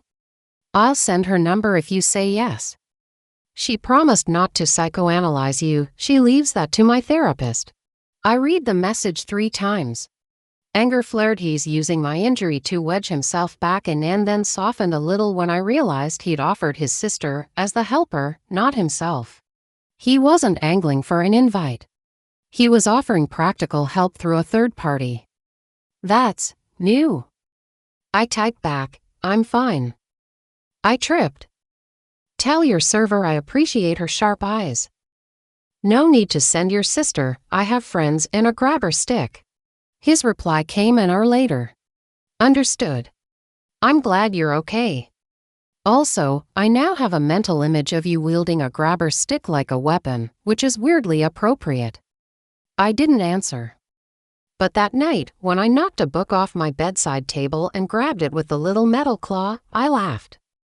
The 90th day landed on a Thursday. I woke up with my knee still sore but functional, my inbox clear, and my heart annoyingly awake. There was an email from Leo, subject line. Probation final week I opened it, same neat structure, income, expenses, that persistent Sam repayment line now holding a surprising sum. At the bottom, he'd written, 90 days, no loans, no gifts, no contact beyond this. I kept my promises as best I could. You have full permission to request an audit. I don't know if I passed your evaluation. I only know I'm not the man who moved into your house and expected you to cook for him while he insulted your kindness. Whether you choose to have coffee with me or not. Thank you for forcing me to grow up. I'm a better man for having been held to your standard. I sat there, robe wrapped around me, coffee cooling on the table, staring at that last line. Held to your standard. Do you know how rare it is for a man to say that to a woman who's older than him? I thought about my son in the way he demanded half my business, as if he were entitled to it by birthright. I thought of the way I'd almost given Leo everything: house, car, attention without asking for anything in return but crumbs. And here I was, 67, finally understanding that the standard I set is the love I get. I closed the email. Then I opened a new one. Subject: coffee. There's a cafe on Tremont that doesn't play loud music or serve coffee that tastes like burnt drama. Saturday, 11 a.m. This is not a date. This is an in-person performance review. Dress accordingly. I hit send before I could second-guess myself. 2 seconds later, my phone buzzed. I'll be there. Thank you, Sam. I'll wear my finest please don't fire me outfit. Saturday, I was early. Because of course I was. I've been early since 1958. The cafe was small, bright, full of plants and college students pretending to study. I picked a table near the window where I could see him coming. I didn't wear anything seductive. Soft blue sweater, dark jeans, boots. Comfortable but intentional. I wore my silver hair loose and my red lipstick sharp. At 11 o'clock on the dot, he walked in. He'd aged in the best possible way. The gray at his temples had taken up permanent residence. He wore a dark green button-down, sleeves rolled, and jeans that actually fit. No designer labels, no showy watch. Just a man who dressed like he respected himself. He spotted me, smiled nervous, genuine, and approached with his hands visible, like he was entering enemy territory under a flag of truce. Hi, he said. Hi, I answered. You're punctual. I may faint. He laughed softly. I set 3 alarms and left the house an hour early in case the subway imploded. He went to the counter. Ordered his own coffee and mine without asking. Black, splash of oat. 1 sugar exactly right, while he waited. I watched him interact with the barista. Polite, attentive, no flirting, no condescension. When he sat down, he slid my cup toward me. So, he said. How did I do? Let's start with the facts, I said, pulling out a folder. Yes, a folder, don't judge me. I printed your reports. I added, I color-coded them. He grinned, shaking his head. Of course you did. God. I missed you. I ignored that last bit for the moment. You kept a job, I said. You paid your bills. You stopped playing financial hopscotch. You didn't ask anyone, least of all me, for handouts. You went to therapy regularly. Those are basics, but for you, they're also benchmarks. He nodded. Agreed. You also demonstrated humility, I continued. You took the demerit when you slipped. You didn't weaponize my injury. You offered help through someone else, not as an excuse to come back into my house. He looked down, then back up. I meant it, he said quietly. I have no right to your space. Or your pain. I just didn't like the idea of you on the floor with nobody to help. My throat threatened to tighten. I sipped my coffee instead. You did well, I said. Better than I expected, if I'm honest. You've proven you can live an entire quarter as a functional adult without exploiting a woman to do it. High praise, he murmured. I'll embroider it on a pillow. As for character, I paused. That's slower to evaluate. But I've seen enough to move you from automatic rejection to potential candidate." His eyes lit up. "So, a second interview," I narrowed my gaze. "Don't get ahead of yourself." We sat in silence for a moment, watching the street. "Leo," I said finally. "Why me?" He blinked. "You want the poetic answer or the therapy-approved one?" "Both," I said. "In that order." He took a breath. "The poetic answer: you walk into a room and everything in me stops trying to be impressive and just wants to be honest. You make the world feel sharper, funnier, more specific. Your color in a life I spent in grayscale." "Good," I said. "Now the boring one." "The boring one," he said slowly, "is that you were the first person who ever required me to be better instead of just saying I could be. You told me no and didn't crumble when I threw a tantrum. You walked away and stayed away. You made your love contingent on my behavior, not my promises. And in doing that, you made me see every way I'd been a child in a man's body." He swallowed.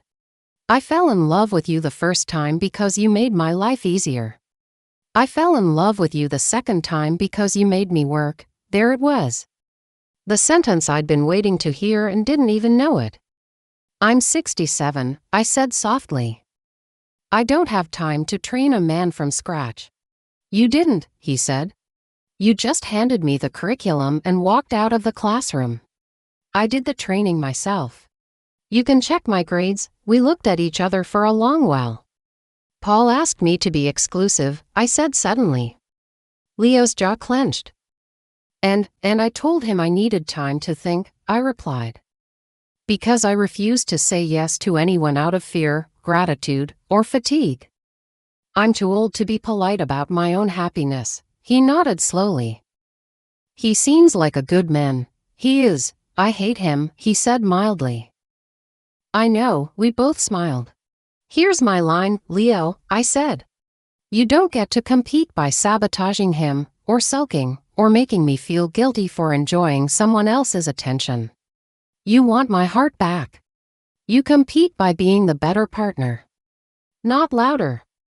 Not prettier. Better. Kind. Reliable. Brave. I can do that," he said. "I want to do that. Not just for you. For myself. But especially for you." He leaned forward, elbows on the table. "Let me court you, Sam," he said quietly, slowly. "Differently this time. You don't need saving. I know that now. You've never needed me. But I need you. Not your house, not your money, you. Let me show you what that looks like when a 42-year-old man finally stops acting like a -1-year-old. The cafe noise faded into a soft hum. My heart, traitorous organ, gave a little kick. I thought of Paul, steady and kind, offering safety. Of Leo, intense and humbled, offering growth. Of myself, 67, with more behind me than ahead, refusing to spend the last stretch of my life apologizing for wanting joy. "Okay," I said. He blinked. "Okay, what?" "Okay," I repeated, "you can court me. On 3 conditions." He sat up straighter. "Name them." "1," I said, holding up a finger, "we move at my pace. I decide how fast this goes. Dates, kisses, sleepovers, proposals, if we ever get there, they all happen on my timeline. You don't nudge, guilt, or sulk." "Agreed," he said immediately. 2, I continued, "we put money in its place. Separate accounts. Sign prenup before any engagement party gets so much as a Pinterest board. Split checks until I say otherwise. No financial enmeshment. I am not your retirement plan." "Agreed," he said again, eyes steady. "I already started one with a broker. I can show you." 3, I finished, "You earn my son's respect. Or, if he never gives it, which is possible, you stand beside me when that door opens or stays shut. You will not call me selfish for protecting my boundaries with him. You will not tell me to try harder or be the bigger person. You will not use my guilt as leverage." This time, he didn't answer right away. He swallowed. "I grew up without a decent father," he said slowly. "I know what it's like to be the angry kid who thinks his parents owe him everything. I also know now that sometimes parents are just people.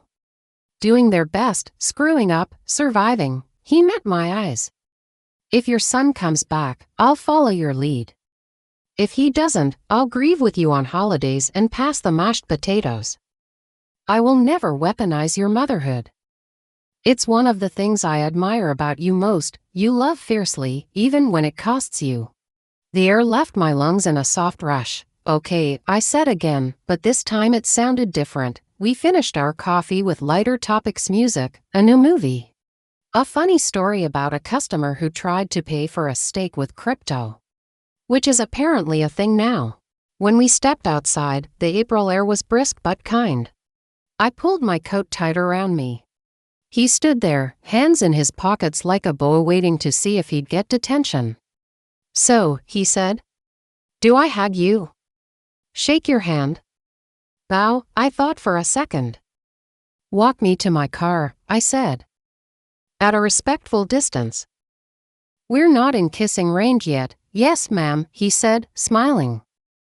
We walked. At my car, I turned to him. "One more condition," I said. His eyes widened. "You're worse than HR.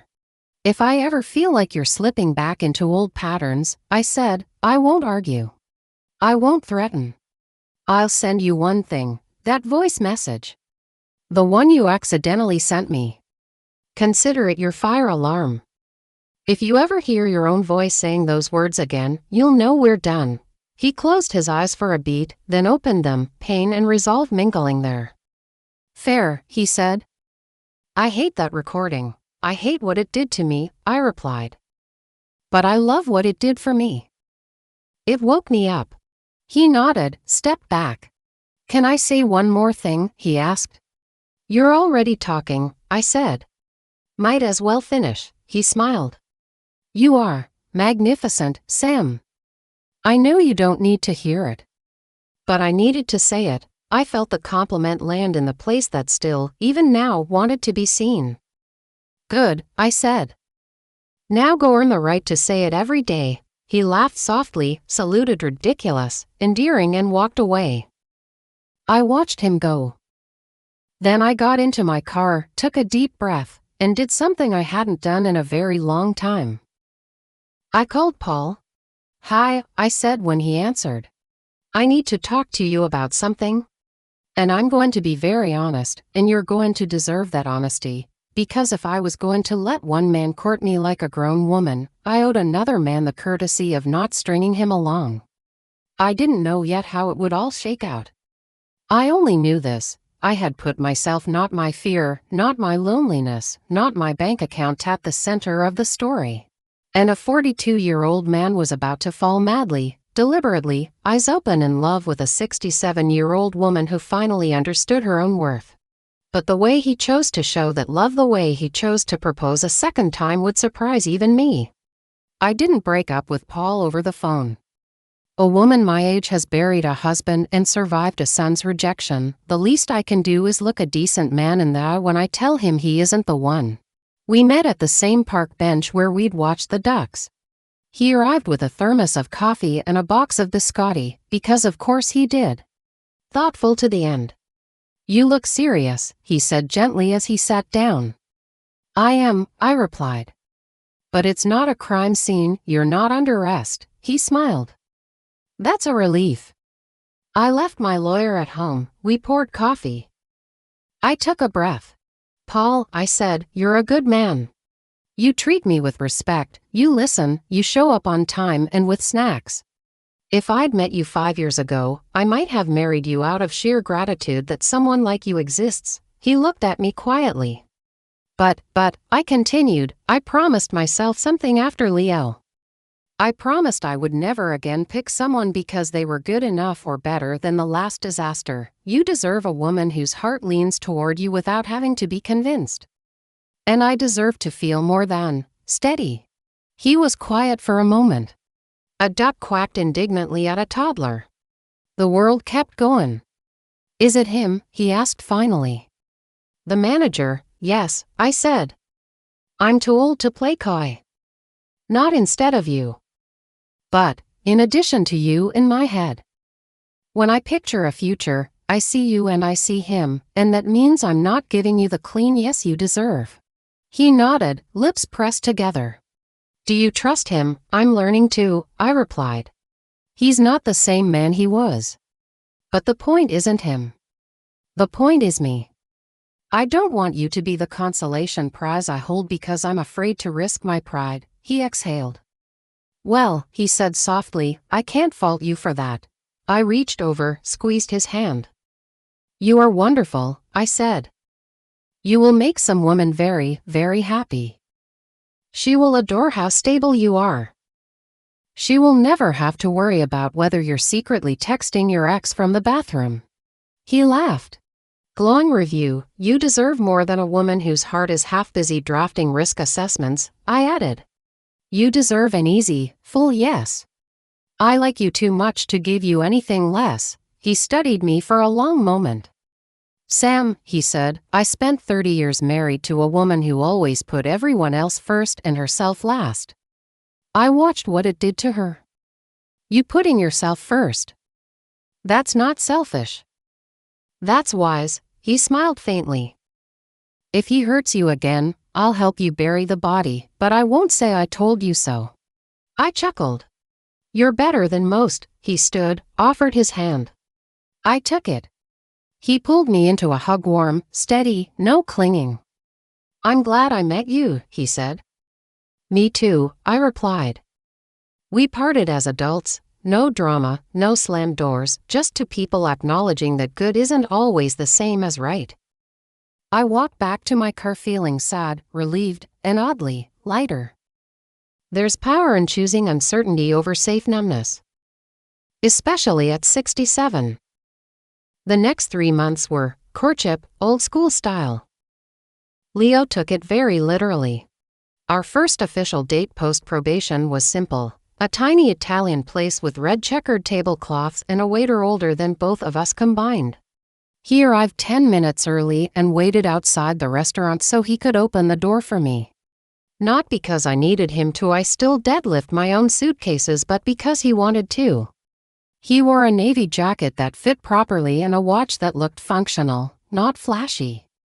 You look beautiful, he said. But I assume you know that already. I do, I replied. But I don't mind independent confirmation. He grinned. Over pasta and wine, he didn't talk about himself endlessly. He asked about my knee. Listened to me rant about Medicare reimbursement nonsense. Asked follow-ups about my residence when I mentioned them by name. When he spoke, it was grounded. I used to think love was someone solving my life for me, he said at one point, twirling his fork. Now I think it's more like, two people willing to stay in the room when the other one is annoying and still doing the dishes. High romance, I said dryly. You'll sweep Harlequin right off the shelves, he laughed. You know what I mean. I do, I admitted. I spent 10 years doing my own dishes in silence. The bar is not high for someone who will dry, he met my eyes. I'll dry, he said. Every time, he walked me to my car afterward. No grabbing. No pushing for a kiss. When he reached for my hand, he did it slowly enough that I could have moved away. I didn't. His fingers laced through mine. Warm. Strong. Familiar and yet, not the same. At my car, he stopped. May I kiss you goodnight, he asked. It's amazing how sexy consent becomes after a lifetime of men assuming the answer. You may, I said, lightly. This is a rental stage, not a purchase agreement. He laughed softly and kissed me sweet, brief, no fireworks, just the promise of them, if I wanted. I went home smiling. My pillow smelled like my own perfume.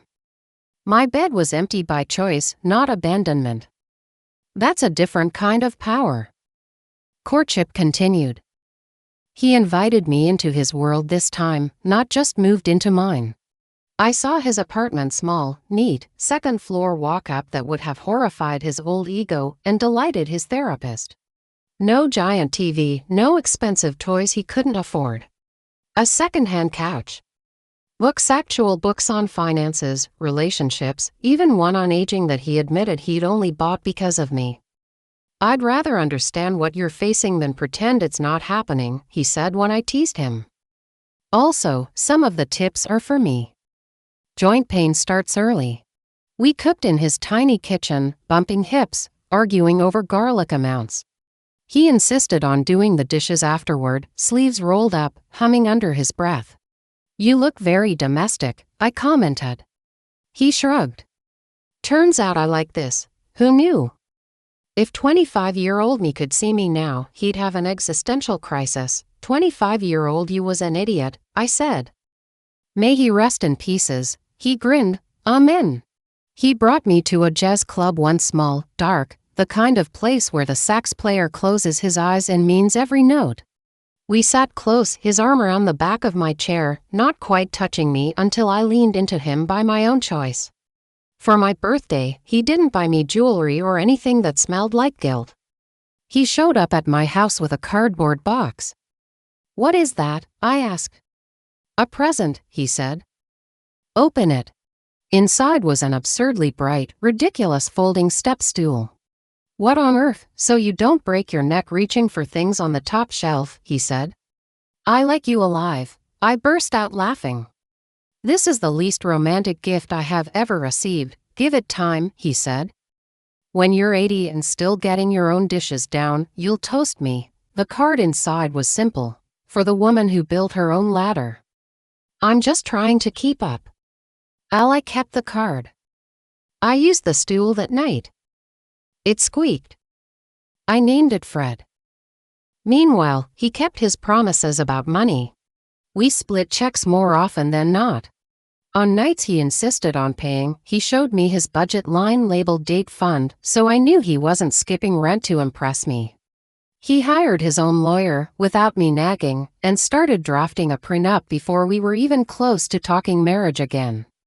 "I'd like to show it to you when it's ready," he said calmly over coffee one weekend. Not as pressure. As proof that I understand the assignment. My heart did a small, annoyed flutter. "Good," I said.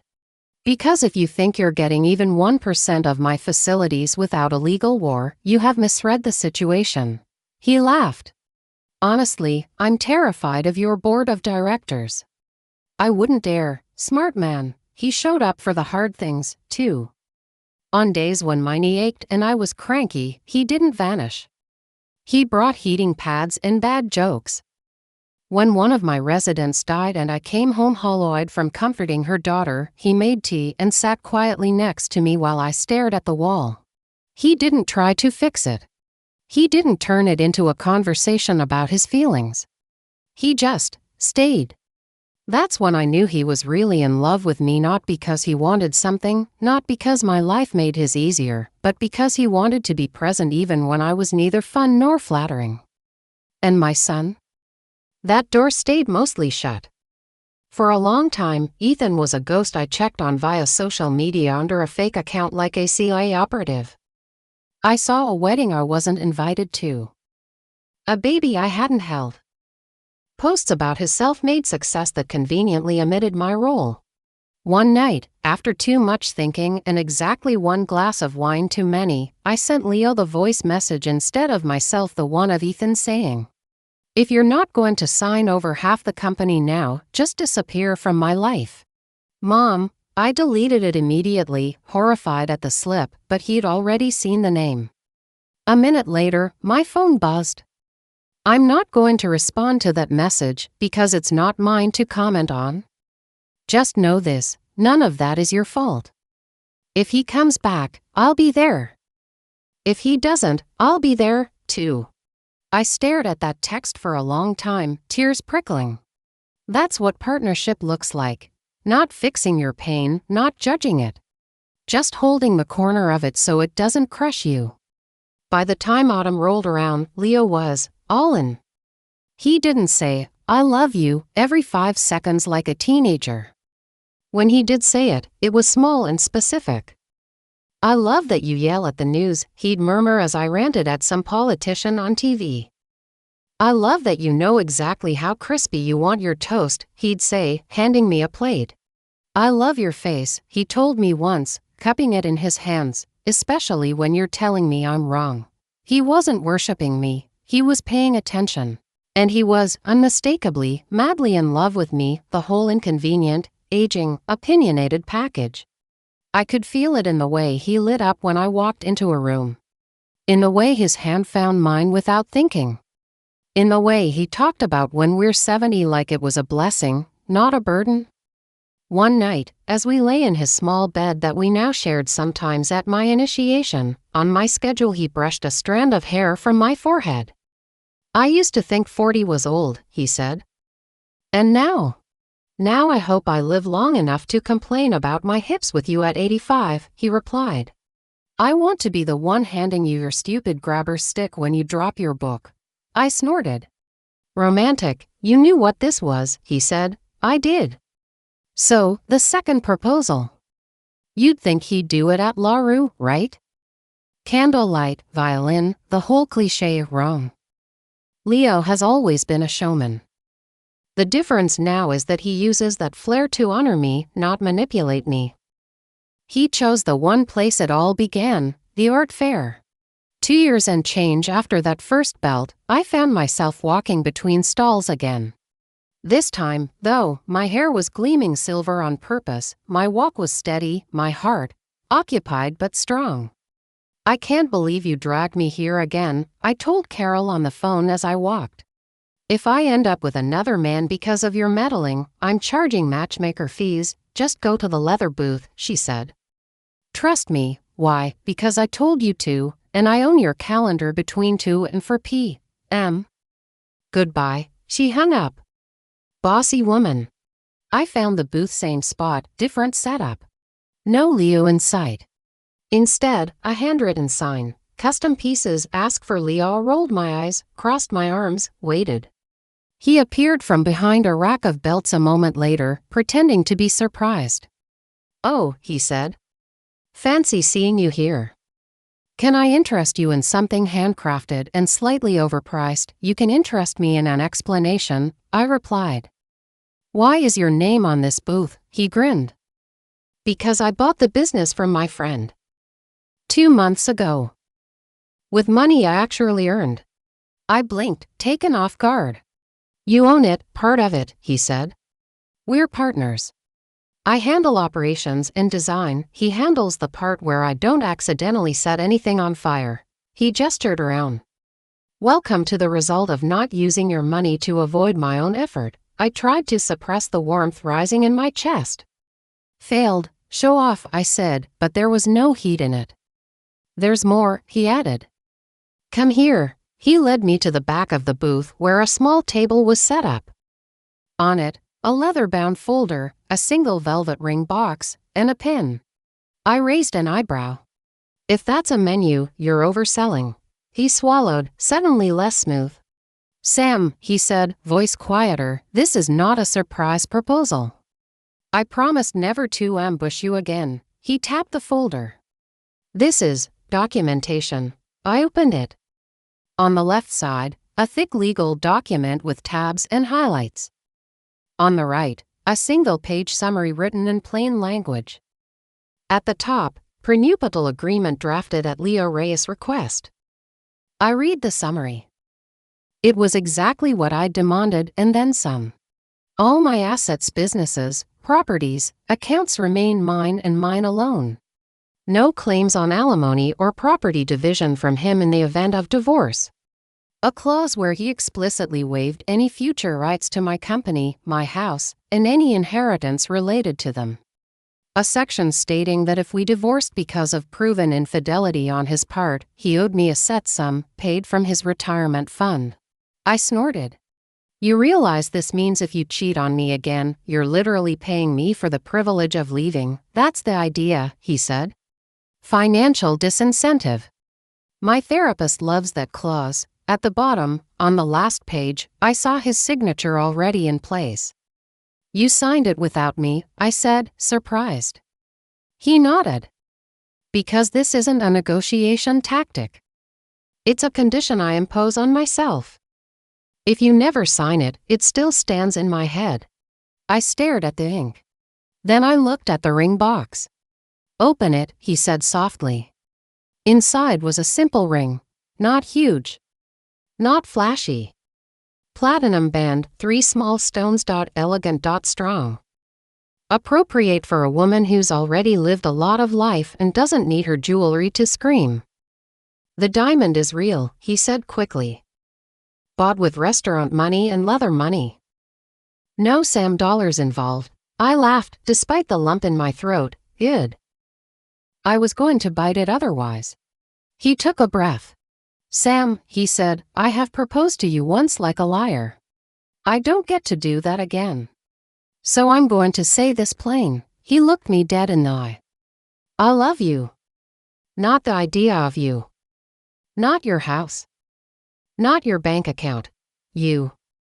The woman who kicked me out of her life when I deserved it. The woman who made me grow up from a parasite into someone I can look at in the mirror without flinching.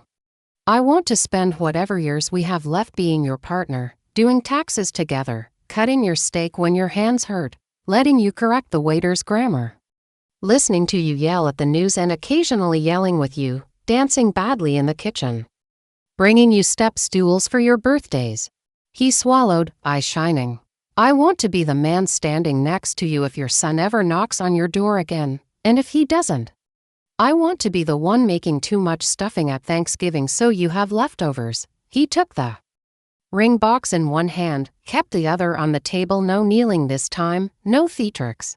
I don't need your money," he said. "I've proven I can live without it. I need your time. Your sharp tongue. Your soft heart, on the days you feel like sharing it, a faint, crooked smile. Marry me, Sam. On your terms. With this contract, with this ring, with the full understanding that you can kick me out again if I ever stop treating you like the miracle you are." There are moments in life when your brain wants to make a pro-con list and your heart just leans forward like a woman in the front row of a play. My brain tried. Pros? He's changed. He's shown consistency. He's in love with me, not my wallet. I love him. Cons? He hurt me once. He could, theoretically, do it again. People backslide. Life is short. So is tolerance. Then there was a third column. Me. Did I trust myself now? Did I trust that if he ever slipped, I wouldn't explain it away, or mother him, or martyr myself to keep the peace? Yes, I did. Age doesn't automatically make you wise. Work does. I lifted the pen. My hand was steady. You understand, I said, that if you ever disrespect me again, I won't argue. I won't threaten. I won't negotiate. I'll just be done, quietly. Efficiently. You will come home one day and find your suitcase on the porch again, and this time there will be no second proposal. He nodded. I understand, and you understand, I added, that if my son reappears and plunges my life into chaos, you don't get to run. You stand in the chaos with me, or you get out of the way without calling me crazy. On my honor, he said. What there is of it, that you haven't already rebuilt. I cracked a smile. Then I signed the prenup summary acknowledgement. Not because it was legally binding, it wasn't, but because it felt like planting a flag. He let out a breath I don't think he knew he was holding. So, he said, voice rough, is that a yes? I looked at him. At the man I'd once almost let destroy me. At the man I had then, by sheer force of standards and self-respect, forced to become someone worthy. Yes, I said. Under protest. With conditions. And with the clear understanding that I am the best thing that will ever happen to you, and you will spend the rest of your life living up to that. He laughed, half crying. Deal, he said. Good, I replied. Now put the ring on. My fingers are getting cold. He slid the ring onto my hand. It fit perfectly. Not because he remembered my size from last time, but because he'd asked, casually, a week earlier while we were joking about arthritis. He kissed my hand. Then he kissed me fully, deeply, in the middle of a bustling art fair where no one blinked because the world is full of stranger things than a 67-year-old woman being kissed senseless by the 40-to-year-old man who finally understood she was not his salvation, but his equal. When we pulled apart, I rested my forehead against his. "If you ever send another message about me to your friends," I murmured, "make sure it says, she is terrifying, and I am lucky, and I will never deserve her." He laughed, breath warm against my cheek. Done. We had a small wedding. I didn't want a spectacle. I'd already been a bride in a poofy white dress once in my life. This time, I wore a deep green suit, gold earrings, and a pair of sensible heels that wouldn't kill my knee.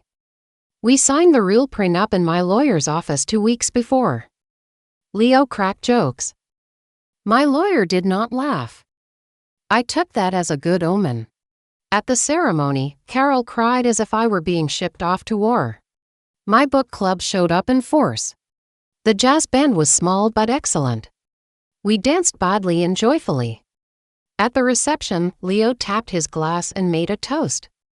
"To Sam," he said, voice thick. "Who taught me that love without respect is just hunger. And that if you're lucky enough to get a second chance with a woman like her, you treat it like a job you're honored to have. With overtime. And no days off, ever." Everyone laughed. I rolled my eyes and squeezed his hand. My son wasn't there. He'd received an invitation, a simple one, no pressure. He didn't respond. I thought it would break me. It didn't. Because when I went home that night, full of champagne and laughter and the music still humming in my bones, I wasn't alone. I had a man who lay down next to me and said, "If he calls, we'll figure it out. Together. If he doesn't, I'll still make way too much stuffing at Thanksgiving." I fell asleep before I could cry. Will Leo and I last forever? I don't know. I'm not a fortune teller. I'm a 67-year-old woman with a prenup and a step stool and a husband who now texts his friends things like, "She's older and sharper than me and I'm trying not to screw up what might be the best thing I ever lucked into by being stupid." What I do know is this: he is madly, deliberately in love with me. Not the fantasy of me. The real me. He fights fair now. He apologizes without sales pitches. He shows up when it's boring. He does the dishes. And one chose him. Not because I was afraid of being alone, not because he dazzled me with gifts, but because I watched him change when there was nothing in it for him. I made him fall in love with me the way a mountain makes a climber fall in love with the work. With the challenge. With the view from the top that you only get if you earn it. If you're reading this and you're a woman with silver in your hair and disappointment in your chest, hear me, you are not too old for love. You are too old for nonsense. You are too old to be someone's retirement plan, or emotional support appliance, or practice wife. You are exactly the right age to set standards so high that only a man willing to grow, to apologize, to sign a contract and stick to it, can reach you. If he wants you, let him climb. If he falls, that's on him. Me? I'll be on my porch with my coffee and my grabber stick and my ridiculous younger husband who learned, the hard way, that the only way to keep a woman like me is to never again forget that I am not his ATM, not his nurse, not his mother. I am his partner. And if he ever forgets, well, I still know how to pack a suitcase.